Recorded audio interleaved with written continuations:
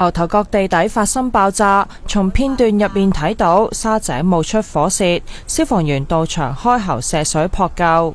有居民指事發嘅時候聽到巨響，我同出邊嗰個即係淋花個傾偈嘅。哦，即係咁啊，佢哋幾遠到啊？佢一路淋花，咁佢收尾佢過去出去裝水，倉水突然間爆兩下聲，嘣嗰度咁啊啲水爆炸係似爆炸聲啊，似好響㗎，好響嘅，好似白石咁㗎。有冇嚇親啊？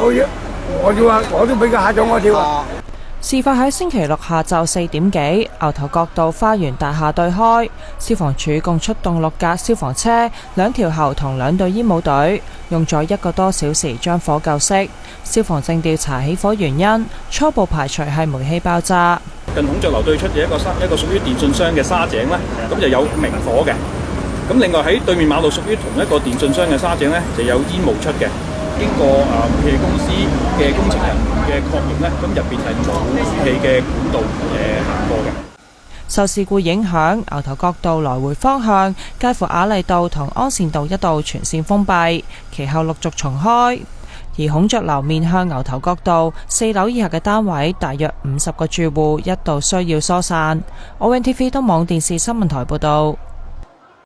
東網手機 App 大革新，即時推出多項新增功能。為掌握最快最準確即時資訊，讀者即時可以自定手機信息推播功能，選擇自己喜愛新聞類別做信息推送，仲可以揀選唔同靜音模式，非常貼心。功能創新，簡單易用，立即下載東網手機 App。